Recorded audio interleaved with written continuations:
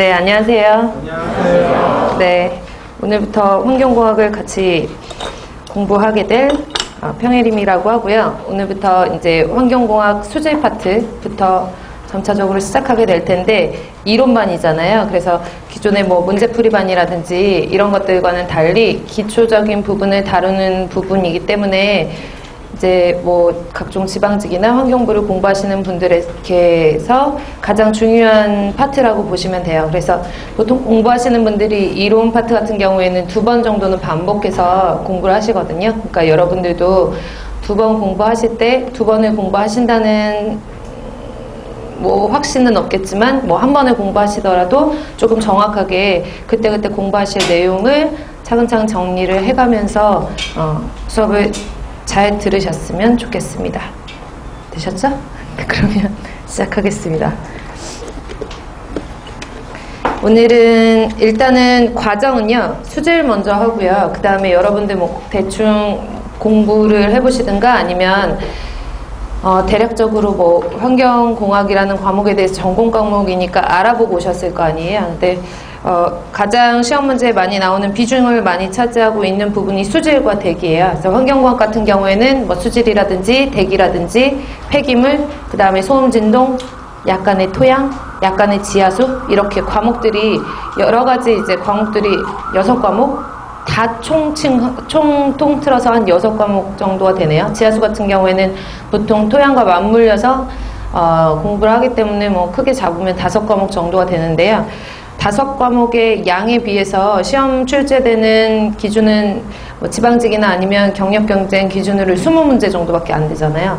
그래서 워낙에 조금 광범위한 내용에다가 시험 문제는 조금 출제가 되기 때문에 여러분들이 많이 힘들어 하시는 과목 중에 하나예요. 물론 뭐 국어나 영어나 한국사도 마찬가지겠지만 환경공학이라는 과목 자체가 전공 과목인데도 불구하고 양이 너무 광범위해서 조금 내용 자체가 많아서 힘들어 하시는 분들이 계시는데, 일단 차근차근 정리를 하시면서 하는 방법밖에 없거든요. 그러니까 여러분 조금 힘드시더라도 잘 따라오셨으면 좋겠고, 그래서 가장 저는 수업을 할 때 제일 많이 비중을 차지하고 있는 수질 파트와 그 다음에 대기 파트부터 시작을 할 거예요. 그래서 가장 많이 그 비중을 차지하고 있는 부분이 수질과 대기이기 때문에 문제 나오는 거 보시면 그 빈도수를 보시면 알 수 있으시거든요. 그래서 수질, 그 다음에 대기, 그 다음에 폐기물, 그 다음에 나머지 과목, 그 다음에 토양, 소음, 진동, 이런 식으로 진행을 할 거고요. 저희가 과정이 조금 양이 많기 때문에 과정이 좀 길긴 한데, 긴 과정을 조금 처음에 초심을 맨날 다잡으면서 공부를 하셔야 될 거예요. 안 그러면 조금 지루하신 부분도 계시고 공부를 하실 때 힘든 부분도 계실 테지만, 일단 항상 환경공학이라는 과목은 워낙 광범위하기 때문에 그런 부분을 조금 감수를 하고 공부를 하셔야 될 필요성은 있으실 것 같아요. 그래서 일단 오늘은 이제 수질 파트의 제일 첫 부분을 나가실 텐데요. 그 공부를 하시는 분들이 제가 이제 강의를 조금 하면서 느낀 건데, 여러분들이 수준들이 개개인의 수준들이 다 틀리잖아요. 근데 제가 무슨 테스트를 보고 하는 것이 아니기 때문에 개개인의 수준들이 다 틀리기 때문에 어떤 분들은 이게 너무 쉬울 수도 있고, 아니면 어떤 분들은 어려울 수도 있고, 처음 듣는 것들일 수도 있고, 타 전공하신 분들은. 그래서 누구를 기준으로, 어떤 수준을 기준으로 수업을 해야 될까 생각을 하다가 가장 기초적인 부분이니까 한번 공부하시는 분들은 한번 다시 정리한다는 차원으로 공부를 하시면 될 것 같고, 처음 들으시는 분들은 신경 쓰셔서 잘 보셔야 되는 부분이기 때문에 원소주기율표 모르시는 분들 없잖아요. 거의 대부분 타 전공이라 하더라도 화공이나 아니면 그런 쪽에, 화학 쪽에 전공하신 분들이 있기 때문에 모르시는 분들은 없겠지만, 새로 시작한다는 마음으로 한 번씩 쭉 정리를 하고 넘어가도록 할게요. 그래서 1페이지를 해보시면 진행할게요. 수질오염 기초라고 되어 있는 부분에, 이게 저희 교재가 제가 쓴 건 아니지만 어쨌든 정리가 잘 되어 있어서, 그러니까 정리라는 표현보다는 이제 상당히 자세하게 내용이 나와 있어서요. 이제 공부를 하실 때 교재에 나와 있는 내용으로 충분히 커버가 가능하거든요. 그래서 뭐 시중에 나와 있는 교재들이 그다지 그렇게 자세하게 나와 있는 공무원 책이 많지는 않은 걸로 알고 있어요. 저도 확인을 해봤는데, 근데 저희 교재 같은 경우에는 일단은 좀 자세하게 나와 있기 때문에 제가 필기를 많이 하는 편은 아니거든요. 근데 필요하면은 필기를 해야 하기 때문에 오늘 같은 경우에는 필기를 판서를 하는데요. 그 다음에 뒷장에 있는 뭐 서술형 같은, 그러니까 꼭 이론적인 부분 같은 경우에는 필기를 안 하고 그냥 교재를 보고 설명을 드릴 거예요. 그러니까 그런 부분은 여러분들이 알아서 잘 노트 정리를 하시고 자기만의 조금 노하우를 만들었으면 좋겠어요. 그래서 첫 번째 있는 수지로염의 기초 부분에서 기초 계량단위라고 하는 거는 일반적으로 뭐 뭐 미터를 기준으로 한다라면 센티미터라든지 뭐 미터라든지 킬로미터라든지 이런 길이 단위 같은 그 앞에 키로라는 접두어가 붙거나 아니면 센티라는 접두어가 붙거나 이런 것들은 상당히 많이 보셨잖아요. 그쵸? 뭐 그람이라고 하더라도 미리그람, 마이크로그람, 나노그람 이런 식으로 마이크로라든지 나노라는 접두어가 붙음으로써 10의 마이너스 6승, 10의 마이너스 9승의 차이가 있다라는 거는 다 기본적으로 알고 계실 거예요. 계량의 단위에서 일반적으로 그냥 많이 쓰는 단위는 아니지만 전체적인 계량의 단위가 이렇게 되어 있다라는 걸 알려주기 위해서 첫 번째 나와 있는 기초 계량 단위라는 표가 나와 있는 거니까요. 참고하시고 일단은 1을 기준으로 해서 대시라는 거는 10의 마이너스 1승, 그 다음에 센티라는 거는 10의 마이너스 2승, 그 다음에 밀리라는 것은 10의 마이너스 3승, 마이크로라는 건 10의 마이너스 6승, 나노라는 건 10의 마이너스 9승. 다 아시죠? 그래서 제가 한번 다시 정리를 해드릴 텐데 한번 보시고, 그 다음에 센티와 밀리와 마이크로와 나노 같은 경우에는 뭐 수질, 대기 할 거 없이 상당히 자주 나오는 접두어 중에 하나예요. 그래서 잘 체크해 놓으시고 보실 필요가 있는데 그다지 이렇게 뭐 기초 계량 단위가 10의 마이너스 6승은 마이크로다, 뭐 나노다 이런 걸 물어보는 문제는 안 나오거든요. 그러니까 기본적으로 알고 계셔야 되는 내용이고, 그 다음에 10의 마이너스 12승은 피코, 그 다음에 10의 마이너스 15승은 fem토, 그 다음에 10의 마이너스 18승은 아토라고 부르는 어떤 단위환산 인자도 있대요. 그 다음에 반대로 10의 1승 보시면 데카라는 게 있고요. 10의 2승 보시면 헥토. 헥토라는 거는 한 번씩 들어보셨을 텐데 헥타르라는 거 들어보셨죠? 그러니까 헥토 에어리어를 줄여가지고 헥타르라는 단위를 쓰거든요. 보통 면적 단위인데 그래서 헥토라는 단위는 10의 1승 차이가 10의 2승 차이가 있는 거고 10의 3승 킬로라는 단위, 그 다음에 10의 6승이라는 것은 메가라는 단위, 10의 9승은 기가, 뭐 메가바이트 이런 거 할 때 메가, 기가 이런 거 쓰잖아요. 그 다음에 10의 12승은 테라라는 기호를 써요. 그래서 뭐 자주 나오는 거는 뭐 킬로라든지 밀리라든지 센티미터, 센티, 그 다음에 마이크로, 나노 이 정도니까요. 여러분들이 이렇게 배량을 표현을 하는 단위가 있다라는 것만 알아두시면 되겠고, 그 다음에 여기 나와 있는 길이 단위, 질량 단위, 뭐 부피 단위, 넓이 단위 이 순서보다는 뒤에 나와 있는 기본적인 단위환산 인자를 알기 위해서 기본적으로 아주 간단하지만 원소 주기율표부터 한번 정리를 하고 넘어갈게요. 그러니까 요즘 추세가 뭐 시험 문제가 항상 그러니까 공무원 시험 문제 같은 경우에는 계속 반복돼서 나오긴 하지만 일단 작년에 나왔던 문제가 똑같이 올해 나오고 이런 부분은 아니거든요. 왜냐하면 20문제밖에 안 되는데 작년에 나왔던 문제가 올해 또 나오면은 틀릴 사람이 없잖아요. 그래서 기존에 나왔던 여러 가지 그 데이터 식으로 정리를 해놓은 그런 문제 형태들을 보면 대부분 이제 저희가 계산기를 못 들어가는 시험이기 때문에 계산기를 갖고 못 들어가는 그런 시험이기 때문에 일반적으로 이제 계산 문제가 많이 나오지 않는 추세였어요. 근데 올해 시험만 보더라도 상당히 계산 문제가 많이 출제가 되었고, 그리고 그거는 변동이 있기 때문에 내년도 꼭 계산기를 그러니까 계산 문제가 많이 나오겠다라는 건 아니겠지만 일단 계산 문제를 간과해서는 안 되거든요. 근데 공부를 하신 분들의 대부분이 환경공학을 공부하실 때 계산 문제가 당연히 안 나올 것이다 라고 미리 본인이 짐작을 하시고 본인이 계산 문제를 거의 공부를 안 하세요. 근데 계산 문제 같은 경우가 쉽게 빠르게 풀 수 있는,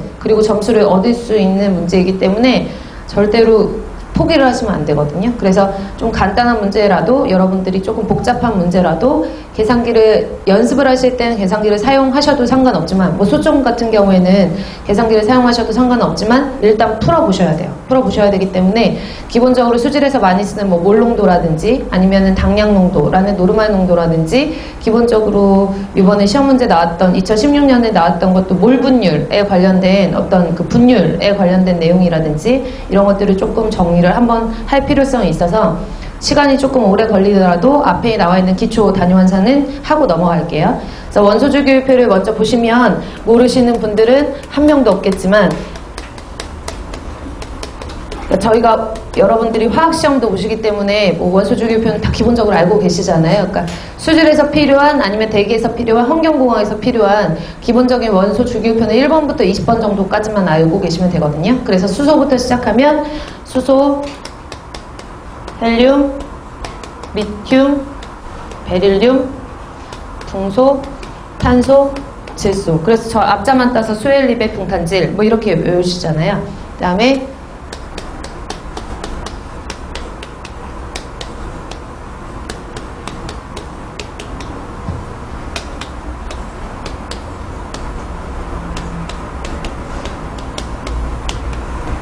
이렇게 1번부터 20번까지 알아두시면 돼요. 그래서 1번부터 20번까지 이외에 뭐 다른 것들은 원자량 같은 것들도 외우실 필요가 없고, 원자량 같은 경우에 예를 들어서 다른 거 만약에 이렇게 썼다, 얘가 뭔지 아시죠? 카드뮴, 그 다음에 CR 같은 경우에는 크롬, 아니면은 PB 같은 경우에는 나, 이런 식으로 대부분의 다른 물질 같은 경우에는 뭐 SR 이런 것도 있거든요. SR, 스트론튬. 그러니까 스트론튬은 잘 모르시는 분들이 많으신데, 스트론튬은 수질에서는 경도를 유발하는 물질로 알려져 있기 때문에 조금 신경 쓰셔서 보셔야 돼요. 그래서 스트론튬이라는 물질은 경도를 유발하면서도 방사성 물질이거든요. 그래서 스트론튬이라든지 이런 것들을 보셨을 때, 원소 기호를 보셨을 때 원소명을 읽으실 수만 있으시면 되고요. 만약에 여기서 원자량이 필요하다라고 하면 문제상이 주어지기 때문에 외우실 필요는 없으세요. 그래서 이 외에 왼쪽에 있는 20개, 1번부터 20번까지니까 20개에 있는 원소들은 일단 원소명과 원자량 같은 것들을 다는 아니시더라도 중요한 것들은 암기를 해 놓으셔야 되는데, 가장 대표적으로 수소는 1이죠. 그 다음에 헬륨, 리튬, 베릴륨, 붕소, 탄소 얼마죠? 12. 보통 우리가 이제 수질에서는 제일 많이 듣는 말이 유기물이에요. 그래서 유기물을 처리하고 뭐 유기물을 분해하고 뭐 이런 얘기를 되게 많이 듣는데, 유기물 안에는 항상 탄소가 들어가 있는 어떤 화합물 형태로 되어 있거든요. 그래서 탄소는 원자량이 12고 질소는 14, 탄소는 16, 나트륨이 23이고 마그네슘이 24.3인데 보통 공무원 시험에서는 소수점 자르고 24로 보통 대입을 하거든요. 네, 공부를 하실 때는 정확하게 24.3이라고 쓸게요. 문제상에 마그네슘의 원자량 24로 대입해라 뭐 이런 식으로 문제가 나온다면 24를 그냥 깔끔하게 대입해 주시면 되는 거고, P는 인이고 31이고요. 황은 32, 염소는 35.5, 칼륨은 39, 칼슘은 40이에요. 뭐 대략적으로 보시면 아시겠지만 원소 번호가 1번부터 20번까지 되어 있어서 원소 번호에다가 곱하기 대략적으로 2를 하시면 원자량이 나오는데 예외적인 게 더 많거든요. 그래서 뭐 산소 같은 경우에는 8번인데 8번에 곱하기 2 하면 16 나오고, 칼슘 같은 경우에는 20번인데 곱하기 2 하면 40 나오잖아요. 그쵸? 하지만 뭐 예외적인 거, 뭐 나트륨이라든지 뭐 이런 것들은 예외적인 게, 인이라든지 이런 것들은 예외적인 게 있기 때문에 그냥 여기 나와 있는 숫자들이 한 11개 정도밖에 안 되니까 자주 쓰시면서 암기를 하시면 될 것 같아요. 되셨죠?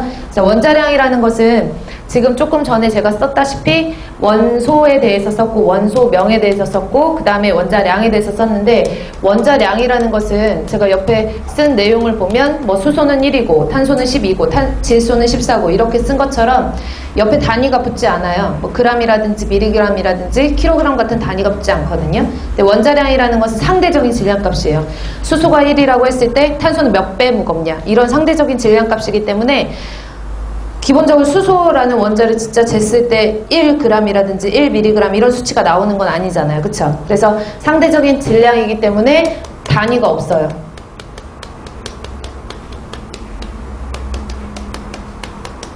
단위를 붙이지 않고, 단위를 붙이지 않는 것을 우리가 무차원수라고 하거든요. 그래서 단위가 없는 걸 무차원수라고 얘기를 하고요. 보통 우리가 이제 지금 배우는 과목 자체가 수질이기 때문에 저런 원소들을 배우는 이유가, 원자들을 배우는 이유가 분자를 형성해서 얘네가 수질을 오염시키기 때문이에요. 아니면 그런 수질을 오염시키는 오염 물질들을 뭐 중화라든지 여러 가지 반응에 의해서 제거를 하는 과정에서 분자라는 게 들어가기 때문이거든요. 그러면 분자 같은 경우에는 예를 들어서 수소라는 원자 하나와 염소라는 원자 하나가 만나서 HCl을 형성하거나, 아니면 수소라는 원자 2개와 황과 산소가 만나서 H2SO4가 형성이 되거나, 아니면 HNO3라든지 아니면 NaOH, CaOH2 이런 것들 형태처럼 원자와 원자가 만나서 어떤 분자를 형성을 하고 이 분자를 일명 화합물이라고 얘기를 하죠.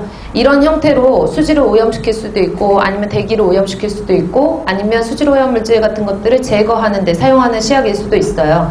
근데 이런 분자 같은 경우에는 분자량은 어떻게 구할까요? 각각의 원자량의 합으로 계산을 하겠죠. 각각의 원자량의 합으로 계산을 하고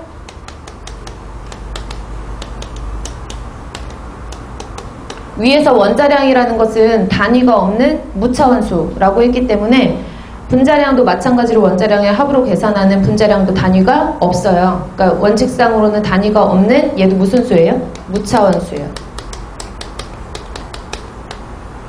그래서 처음부터 읽으시면은 얘는 염산이 되고 얘는 황산, 그 다음에 얘는 질산, 얘는 뒤에 있는 게 수산화잖아요. 그래서 OH가 수산화 나트륨, 수산화 칼슘 뭐 이런 형태로 이름을 부르게 되고요. 각각의 분자량을 한번 간단하지만 계산을 해보면 수소가 원자량 1에다가 염소가 오른쪽에서 왼쪽에서 35.5라고 했으니까 계산값은 36.5 이렇게 계산이 되고요. 그 다음에 황산 같은 경우에는 수소가 1자리가 2개잖아요. 그 다음에 황은 32, 산소는 16자리가 4개 계산을 하시면 98 이런 식으로 계산값이 나오고 그 다음에 질산 같은 경우에는 수소가 1, 질소가 14, 16자리가 3개 그러면 얼마지? 63 됐나요? 나트륨이 얼마였죠? 원자량? 23 산소가 16, 수소가 1 계산하면 40 마지막 수산화 칼슘까지 칼슘이 40이고 가로 안에 있는 게 2개라는 얘기잖아요. 가로 안에 있는 분자를 형성하는 산소와 수소는 더해주시는 거고 2개 있으니까 곱하기 2를 해주시면 되거든요. 그래서 가로 안에 있는 산소, 수소 곱하기 2 하시면 계산하시면 74 이렇게 나와요.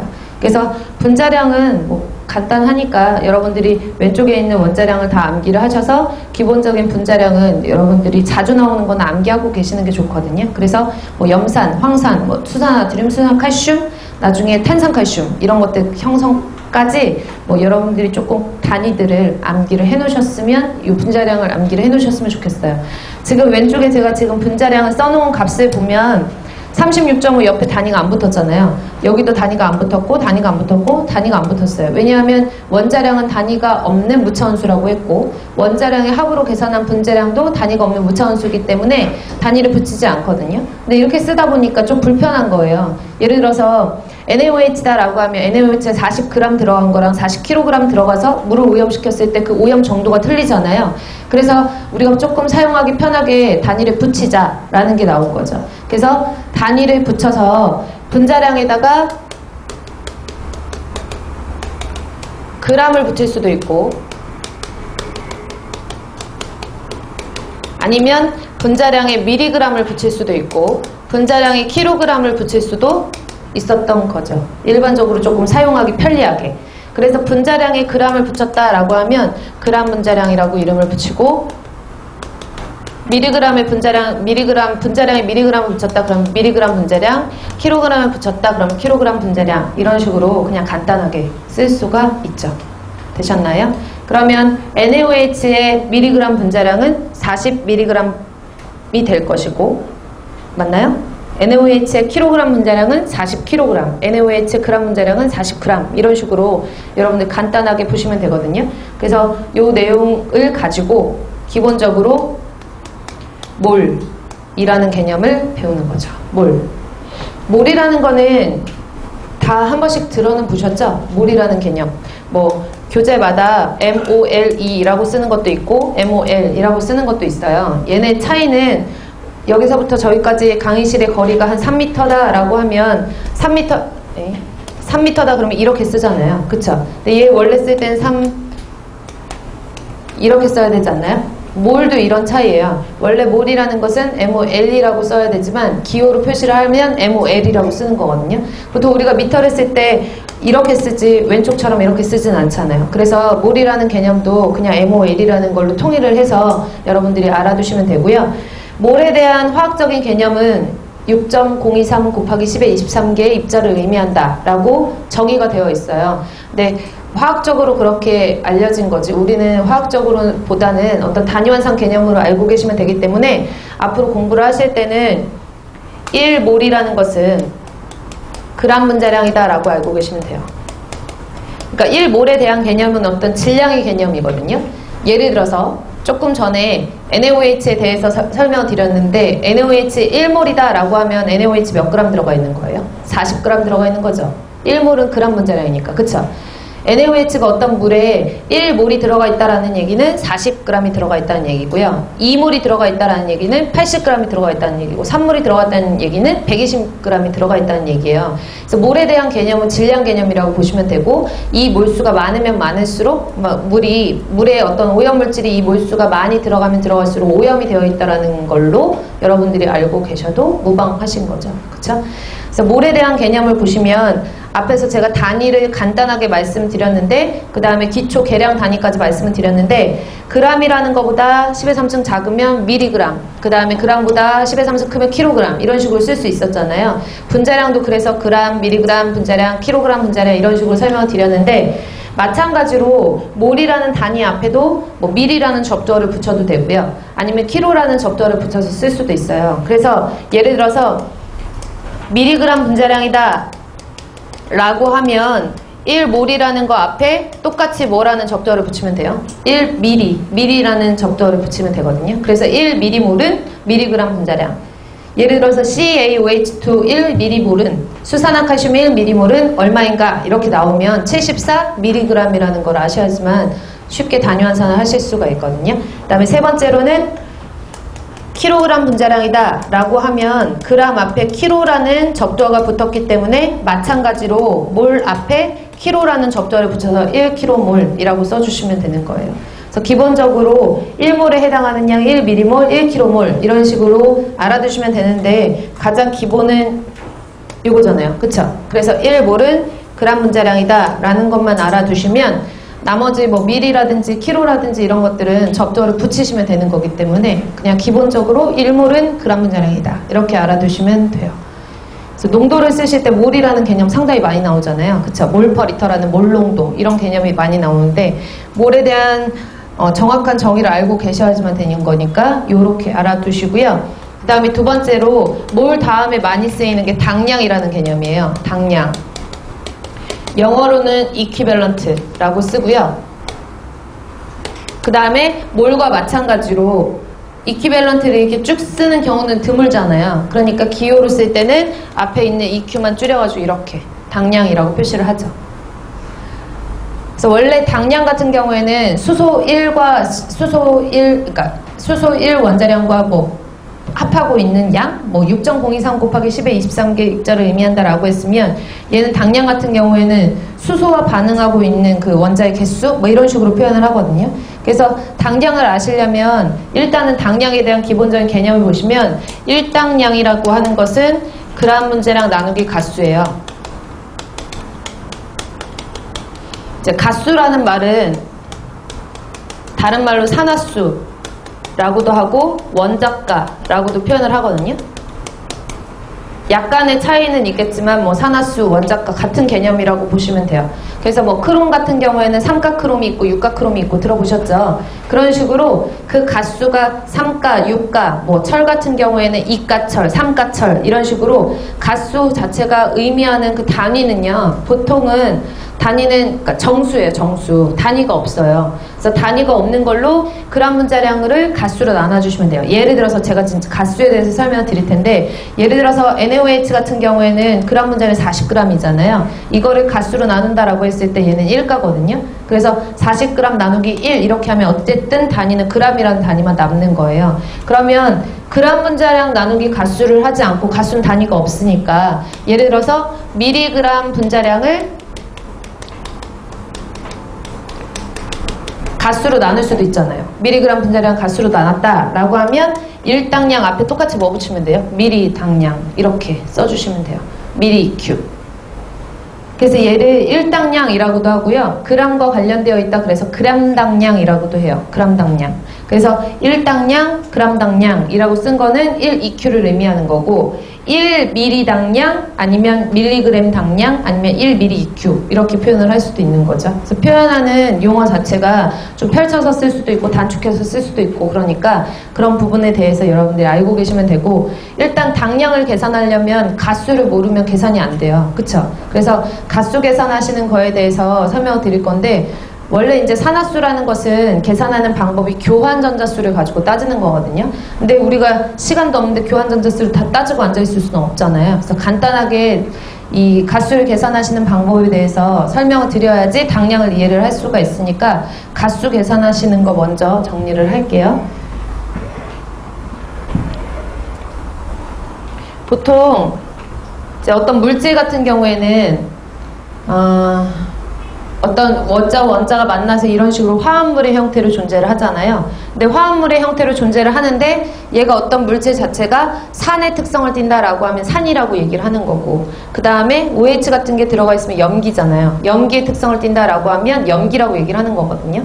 그러니까 어떤 물질 자체를 산과 염기 두 개로 가릴 수는 없지만 어떤 화합물 자체를 산성을 띈다라고 하면 산성, 그 다음에 염기성을 띈다라고 하면 염기성, 그리고 아무것도 아니다 그러면 화합물이라고 보통 우리가 그냥 분류를 할게요. 그래서 첫 번째로 참고적으로 가수 계산하는 걸 말씀드리면 첫 번째로 산일 경우에 산 주로 이제 대표적으로 산일 경우에는 뭐 HCl이라든지 HNO3라든지 아니면 H2SO4라든지 아니면 H3PO4 이런 것들이 보통 산에 해당이 돼요. 물론 제가 지금 쓴 거는 거의 대부분 강산에 해당이 되지만 염산이라든지 읽으실 수 있죠? 염산부터 시작해서 염산, 질산, 황산, 인산 이런 것들이거든요. 물론 약산에 해당하는 것도 있지만 약산에 해당하는 거 CH3, COOH 얘는 자주 나오는데 얘는 초산이라고도 하고 일명 아세트산이라고도 해요. 아세틱 에이시드라고 하는 거. 그 다음에 공무원 시험 문제에는 거의 나오지 않는데 기사나 산업기사에서는 간혹가다 나오는 그런 물질이 C2H5COOH라고 하는 게 왼쪽이랑 좀 비슷하게 생겼잖아요. 그러니까 약산의 한 종류의 프로피온산이라는 거거든요. 그래서 프로피온산 같은 경우에도 산에 해당이 돼요. 그럼 이런 산이라는 화합물이 나왔을 때 이런 산이라는 물질에 뭐를 구하거나 뭐를 구할 때에는 이 산이라는 물질에 뭐만 알면 되냐면 그람 문제량만 아시면 되잖아요. 근데 당량을 구하시려면 반드시 뭐가 필요해요?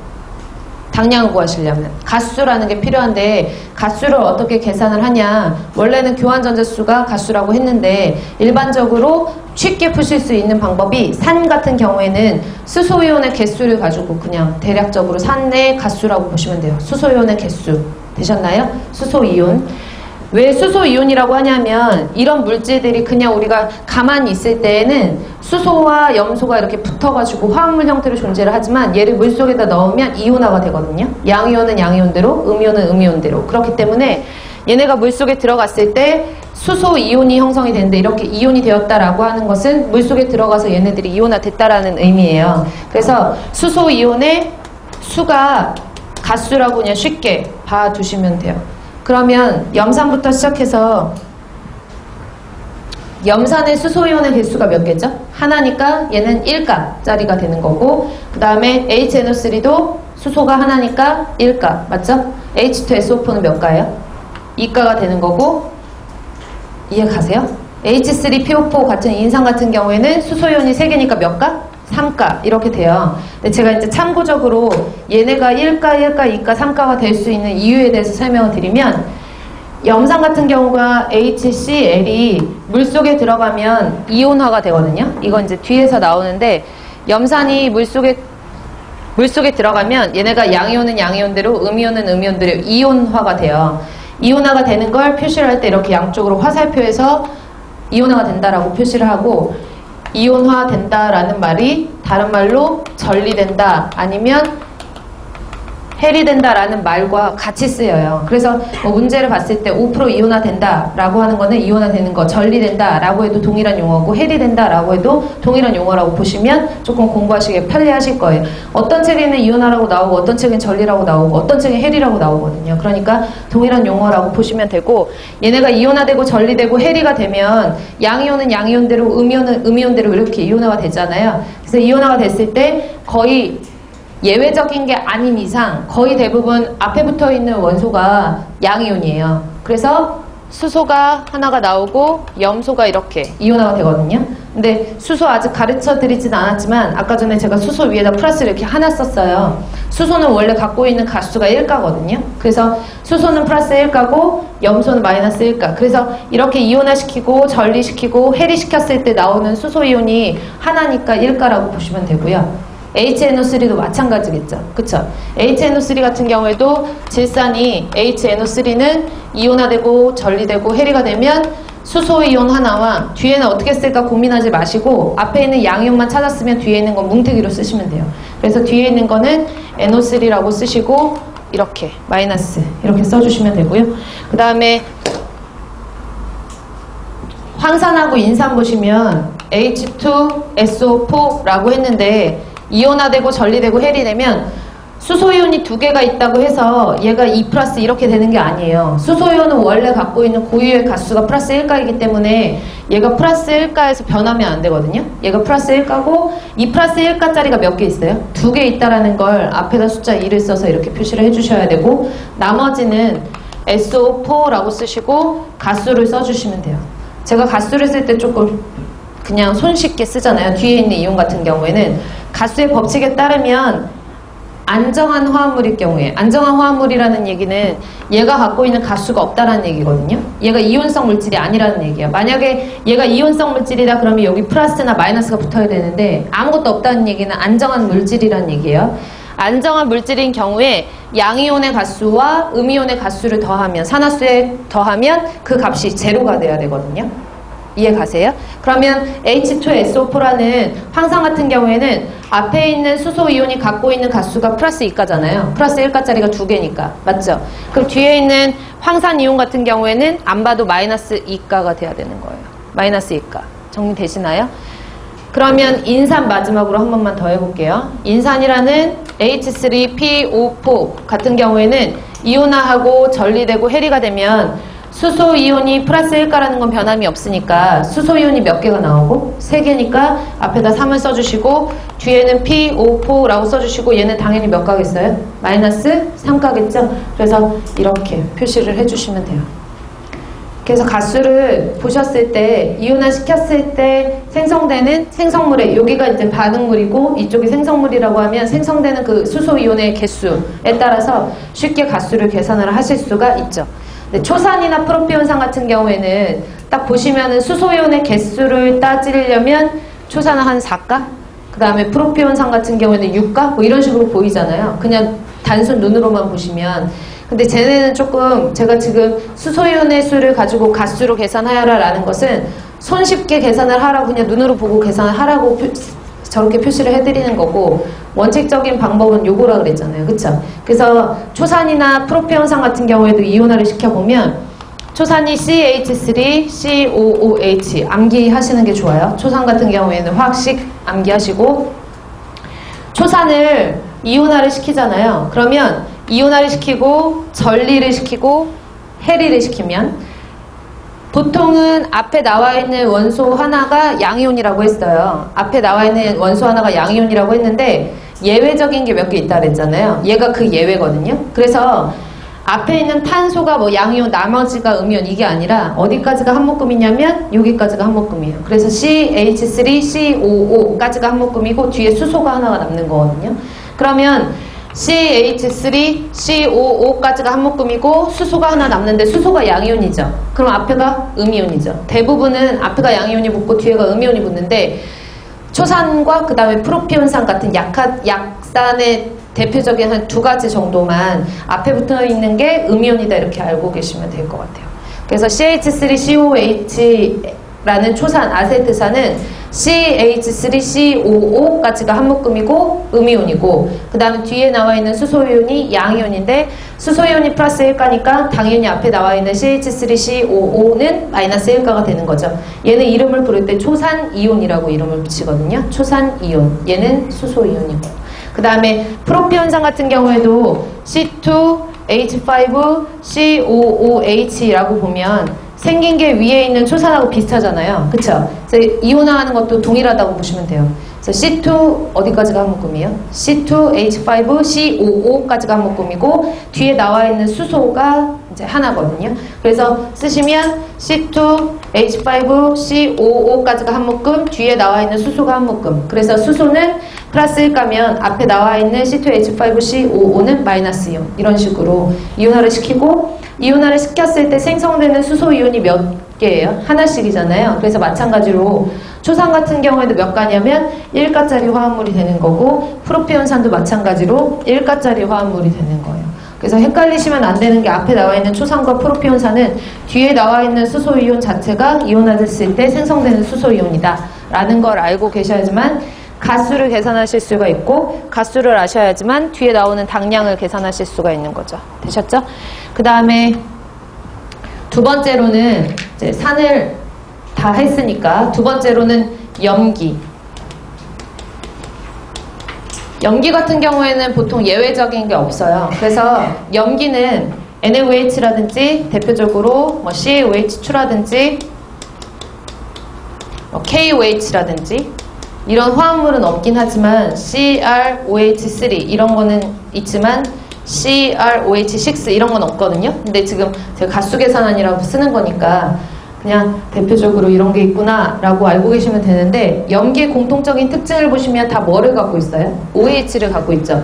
보통 이제 OH라는 것이 들어가 있으면 항상 OH가 들어가 있어야지만 염기다 이건 아니에요. 암모니아 같은 경우에도 염기거든요. NH3 같은 경우에도. 근데 지금 제가 쓴 것들은 대부분 이제 강염기에 해당하는 것들이고요. 강염기에 해당하는 것들을 봤더니 OH가 들어가 있고, 이 OH는 수소 하나와 산소 하나가 생긴 거잖아요. 그쵸? 두 개가 결합해서 형성된 물질인데 얘네 이름이 수산화이온이에요. 그래서 읽으실 때 수산화 나트륨, 수산화 칼슘, 수산화 칼륨, 뭐 수산화 크롬 이런 식으로 이름을 붙이는데, 그래서 염기 같은 경우에는 OH-의 수가 가수가 된다 이렇게 알고 계시면 돼요. 그리고 OH-라는 거에 보면 수산화 이온은 왜 수소이온은 플러스 1가인데 얘는 왜 마이너스 1가지? 이렇게 보시면 원래 산소가 갖고 있는 가수, O가 갖고 있는 가수가 마이너스 2가예요. 산소가. 그 다음에 수소는 몇 가라 그랬죠? 플러스 1가라 그랬죠? 그러니까 마이너스 2와 플러스 1을 더하시면 마이너스가 남으니까 OH 마이너스가 되는 거예요. 그래서 수산화 이온이라고 부르면서 수산화 이온의 수가 가수가 되는 거죠. 되셨죠? 그래서 NaOH 같은 경우에는 그냥 쉽게 이온화시키지 않더라도 이온화시키면 나트륨 하나, OH 하나 이렇게 나오는 거잖아요. 그쵸? 그래서 NaOH 같은 경우에는 OH가 몇 개예요? 하나니까 1가짜리 화합물이 되는 거고.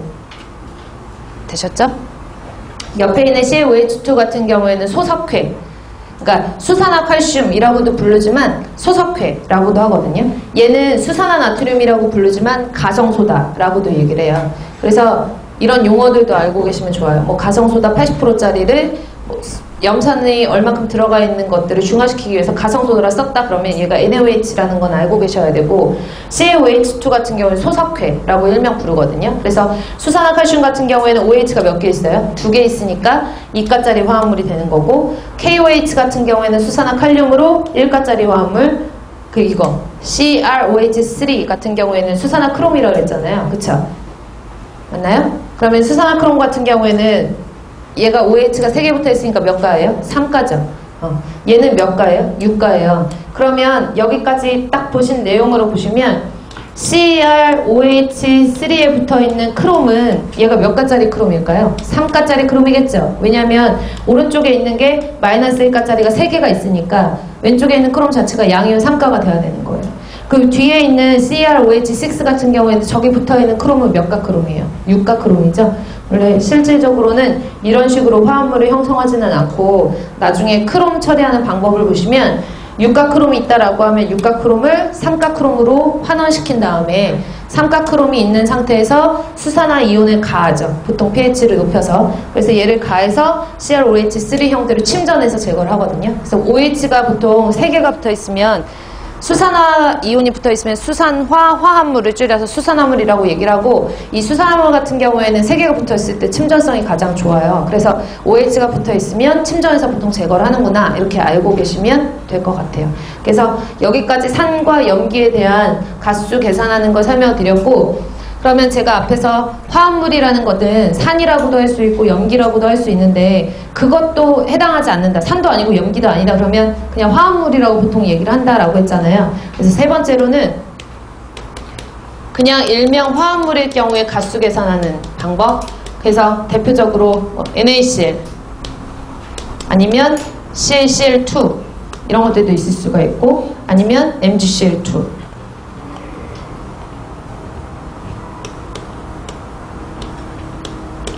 뭐 예를 들어서 이런 것들이 있다라고 할게요. 뭐 NaCN 이런 것들도 있고. 그러면 여기 나와 있는 화합물의 이름을 조금 보시면 얘가 염소잖아요. 그쵸? 화학식을 읽을 때는 소자를 빼고 보통 화자를 붙이거든요. 뒤에 있으면 뒤에서부터 읽는 거예요. 그래서 염소인데 소자 빼고 화자 붙이면 염화 나트륨, 일명 소금. 여러분들이 알고 계시는, 원래 소금은 염화 나트륨으로만 되어 있는 건 아니지만 일단은 염화 나트륨이고, 얘는 2개가 붙어있건 3개가 붙어있건 상관없어요. 2개, 3개 붙어있는 건 가수 계산하려고 2개, 3개 붙어있는 거니까 읽으시는 거는 동일하게 염화 칼슘이라고 알고 계시면 되죠. 그 다음에 염화 마그네슘. 그 다음에 얘는 CN 같은 경우에는 시안이거든요. 시안. 그래서 소자가 붙어있으면 빼라 그랬는데 소가 없으니까 시안화 나트륨, 이런 식으로 시안화 나트륨 이런 식으로 표현을 하는 거죠. 되셨나요? 그래서 화합물일 경우에는 가수를 찾으셔야 되는데, 또 보시면 아시겠지만 양이온과 음이온의 가수가 동일하기 때문에 하나만 찾으시면 돼요. 가수를 찾으실 때 대표적인 거, 양이온, 대표적인 게 양이온이고, 그 양이온의 가수만 아시면 양이온의 산화수가 가수가 된다라고 알아두시면 돼요. 그럼 양이온은 보통 어디 붙어 있다 그랬죠? 앞에 붙어 있다 그랬죠? 그쵸? 그래서 NaCn이다 그러면 나트륨, CaCl2다 그러면 칼슘, MgCl2다 그러면 마그네슘. 이런 식으로 양이온을 먼저 찾으시고, NaCn도 마찬가지로 나트륨. 찾으셨으면 얘네 가수를 알아야 되잖아요. 그쵸? 그래서 기본적인 가수들은 알고 계셔야 되는 게 몇 개 있거든요. 그래서 1가짜리, 2가짜리 뭐 이런 것들, 대표적인 것들을 알고 계셔야 되는데, 1가짜리는 수소이온, 칼륨이온, 나트륨이온. 1가짜리는 수소이온, 칼륨이온, 나트륨이온. 그래서 그냥 우리 외울 때 조금 유치하긴 하지만 1가짜리는 수가나 이렇게 외우시면 돼요. 1수가나. 그 다음에 플러스 2가짜리 마그네슘, 칼슘, 스트론튬. 2가짜리는 카스, 그렇게 하면 좀 이상하니까 가스, 이렇게 외우시면 돼요. 1수가나 이마가스. 좀 유치하긴 하지만 어쨌든 간 1가짜리, 2가짜리 이렇게 구분해서 4글자씩 끊어서 외우시면 되고요. 그래서 수소는 플러스일까? 칼륨은 플러스일까? 나트륨은 플러스일까? 물론 여기 나와 있는 거 이외에 외우셔야 되는 가수들이 몇 개가 있어요. 근데 대표적으로 그냥 이 정도로만 암기를 해놓으시면은 공부하시는데 별로 어려움은 없고요. 2가짜리만 조금 특히 보시면 마그네슘이라든지 칼슘이라든지 스트론튬 같은 경우에는 대표적인 양이온 2가짜리 원소고, 그 다음에 이거 이외에 여러분들이 알고 계시는 대부분의 중금속들 있죠. 헤비메탈에 해당하는 뭐 PB, 얘 뭐예요? 납도 이과고요. CD, 카드뮴도 이과고, 뭐 이런 것들의 대표적인 양이온 중금속들은 대부분 2가짜리가 많아요. 되셨나요? 수은 같은 경우에도 2가짜리가 많고, 그래서 뭐 납, 카드뮴, 뭐 마그네슘, 칼슘, 스트론튬 이런 것들은 2가짜리가 많고, 철도 2가철 있거든요. 그래서 Fe2+ 이런 식으로 붙는 경우가 많기 때문에 1가짜리, 2가짜리 이런 식으로 암기를 해놓으시고요. 그 다음에 대표적인 것들 원소 중에서 유기물에 빠지지 않고 들어가 있는 게 산소거든요. 산소는 아까 설명드렸는데 산소는 몇 가예요? -2가라고 했고, 산소는 마이너스 2가라고 얘기를 했고, 그 다음에 마이너스 1가짜리가 있어요. 마이너스 1가짜리도 알아두시는 게 좋아요. 마이너스 1가짜리도 알아두시는 게 좋은데, 마이너스 1가짜리는 보통 화학 시간을 한번 들으셨나? 화학 시간에 배우셨던 기본적으로 원소 주기율표 배우시면서 할로겐족 원소라고 따로 배우시잖아요. 근데 할로겐족 원소에 해당하는 것들은 대부분 마이너스 1가짜리라고 보시면 돼요. 그러니까 할로겐족 원소의 가장 대표적인 물질이 염소거든요. 그래서 염소, 그 다음에 브롬, 요오드, 플로르 이런 것들은 마이너스 1가에 해당이 되죠.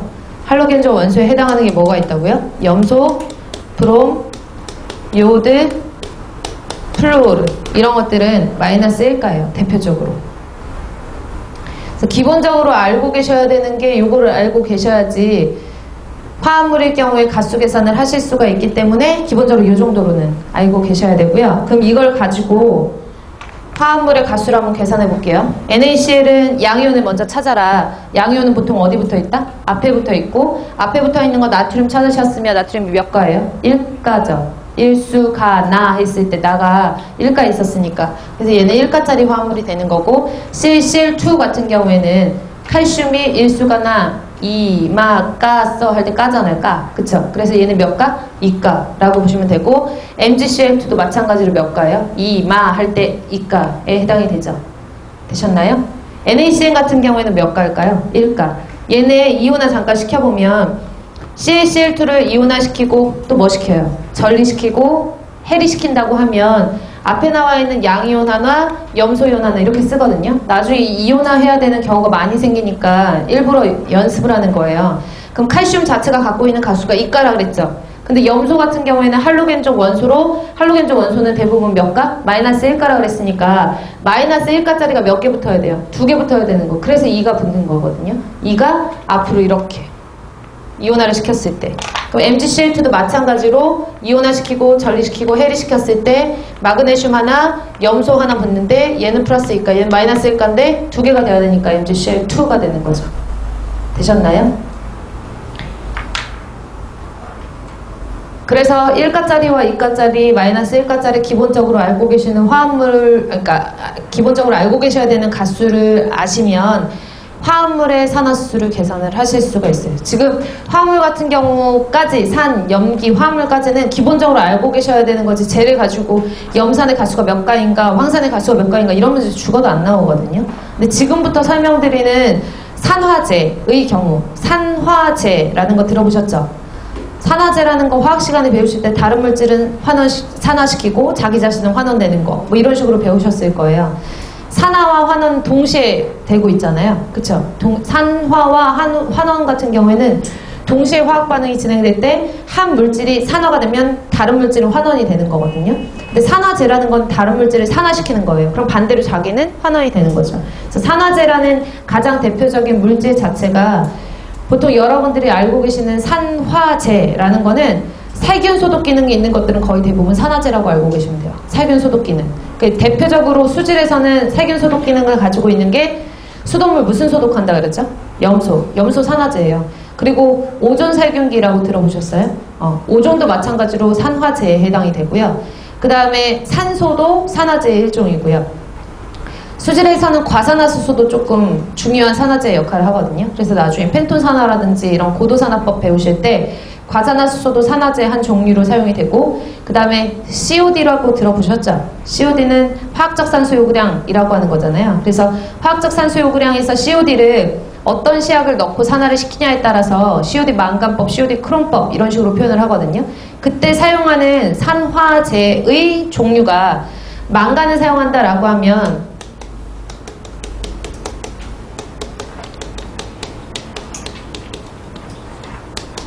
망간을 사용한다 그러면 COD 실험에서 KMNO4라는 시약을 사용을 하는 거예요. 얘 이름이 과망간산칼륨이에요. 과망간산칼륨.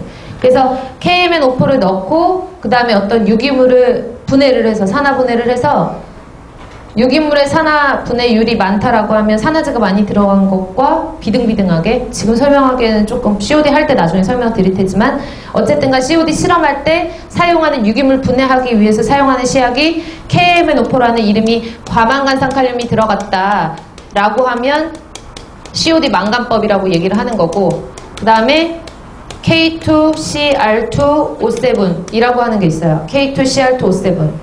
K2CR2O7은 COD 실험할 때 K2CR2O7이 들어갔다라고 하면 COD 크롬법이라고 보통 얘기하는데, 얘 이름이 예전에는 중크롬산칼륨이라고 붙였는데요. 요즘에는 이제 중크롬산칼륨에서 중은 또 한자고 크롬은 또 영어랑 비슷하고, 그러니까 이런 것들을 좀 통일을 하자라고 해서 환경 용어를 많이 바꾸고 있는 추세예요, 요즘에. 그래서 공정시험 기준에서 중크롬산칼륨이라는 용어를 다이크롬산칼륨이라고 아예 바꿨어요. 얘를 다이크롬산칼륨이라고 알아두시면 돼요.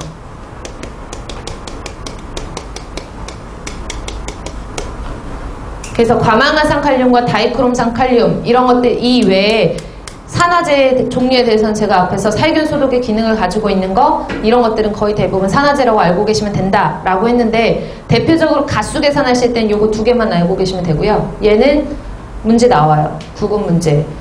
뭐가 나오냐, 얘가 가수가 몇 가냐, 얘가 가수에 몇 가냐 물어보는 게 아니라 얘 몰수 구하고 아니면 당량 구하고 뭐 이런 것들. 몰 구하는 거는 가수랑 상관없잖아요. 1몰은 무슨 분자량이니까? 그람 분자량이니까. 근데 당량을 구하려면 그람 분자량을 가수로 나눠줘야 되잖아요. 그러려면 반드시 얘네들의 가수는 알고 계셔야 되는데, 시간이 지나면 아시겠지만 얘네 가수 계산하시는 거는 죽어도 시험 문제 안 나오거든요. 얘가 왜 5가냐, 얘가 왜 6가냐 이런 것들은 시험 문제 안 나와요. 단순히 우리는 당량을 계산하기 위해서 이 가수 계산하는 걸 하는 거기 때문에, 시간이 지나면 과망한산칼륨은 그냥 5가, 다이크롬산칼륨은 6가, 이것만 알아두시면은 상관없으신데, 그래도 저희는 앞에서 다 설명을 드렸기 때문에 간단하게 과망한산칼륨은 예를 들어서 설명을 드리면, 교환전자수가 가수라 그랬잖아요. 교환전자수. 그래서 KMNO4 같은 경우에는 얘가 물속에서 이온화가 되고 전리가 되고 해리가 되면 칼륨이 떨어져 나가요. 먼저 칼륨이 떨어져 나가고 MnO4가 남는데, 이런 MnO4에서 망간이 나중에 최종적으로 남거든요. 그러니까 이온화 됐을 때 최종적으로 남는 물질이 망간인데, 망간은 대부분 헤비메탈에 해당하는 납과 망간, 철 이런 것들은 한 세트예요. 근데 얘네는 보통 2가짜리 화합물이거든요. 2가짜리 원소예요. 근데 KMnO4 같은 경우에는 여기 안에서 망간이 몇 가짜리인가 한번 보시면, 칼륨이 원래 몇 가죠? 1수 가나 했으니까 얘가 플러스 1가죠. 그 다음에 산소가 몇 가라고 그랬냐면 마이너스 2가짜리인데, 마이너스 2가짜리인데 얘가 몇 개예요? 4개 있으니까 얘가 마이너스 8이에요. 이해 가시죠? 얘가 마이너스 8, 얘가 플러스 1. 그럼 얘가 몇 가가 돼야지 여기가 안정한 화합물이 돼요?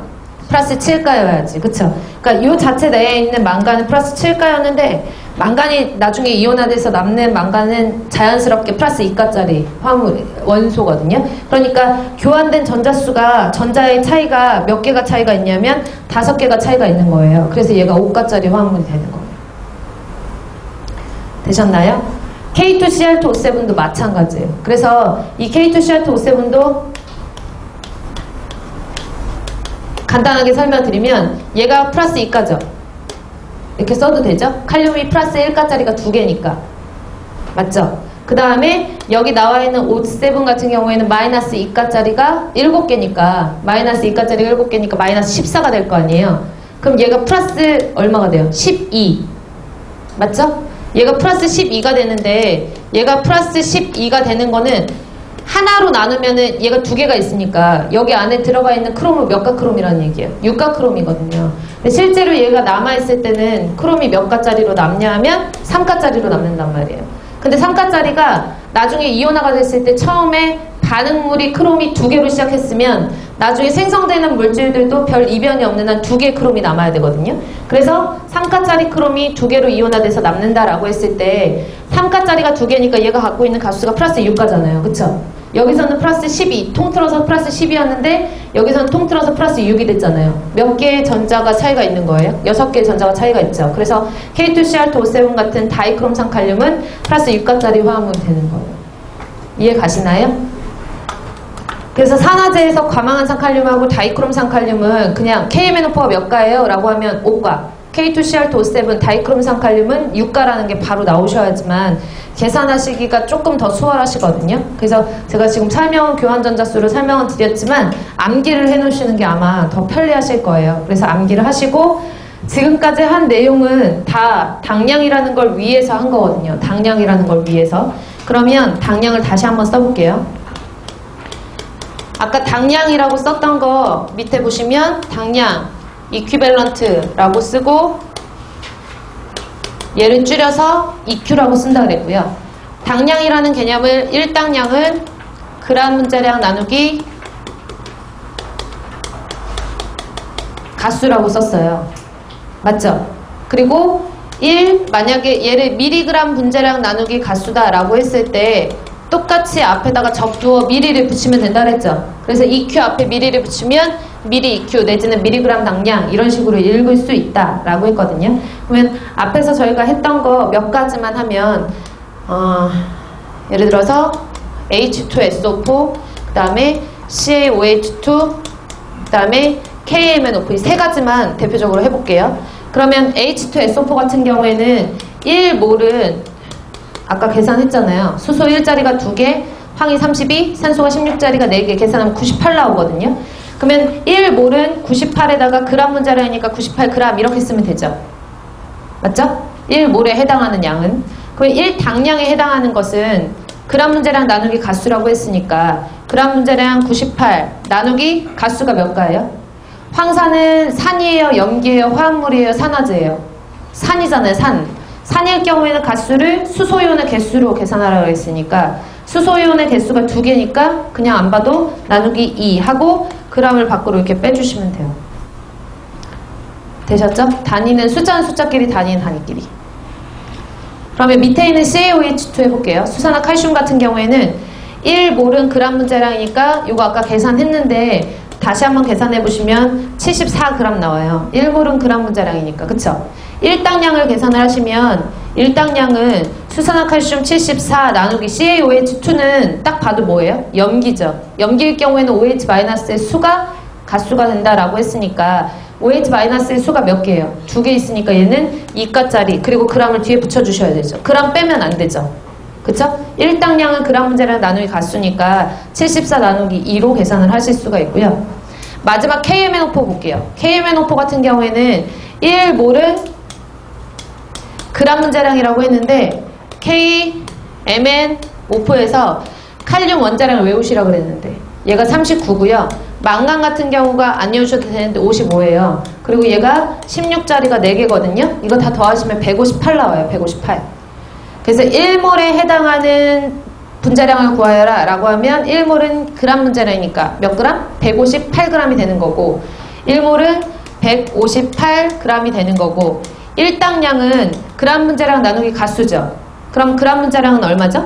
158g이고 나누기 가수 할 때 KMNO4 딱 봤을 때 제가 뭐라는 걸 알아채셔야 돼요. 산화제라는 걸 알아두셔야 되고 산화제에서 가장 대표적으로 KMNO4라는 과망한 칼륨과 K2CR2O7이라는 다이크롬산 칼륨이 있는데 제가 몇 가다? 5가라는 걸 아셔야지만 풀 수 있는 거예요. 나누기 5 하시고 그람 이렇게 해서 당량을 계산하시는 거예요. 이해 가시나요? 그래서 몰과 당량 같은 경우에는 기본적으로 알고 계셔야 몰 농도와 노르말 농도를 계산하실 수가 있기 때문에 간단하더라도 여러분들이 조금 혼자서라도 한번 정리를 해보셔야 되거든요.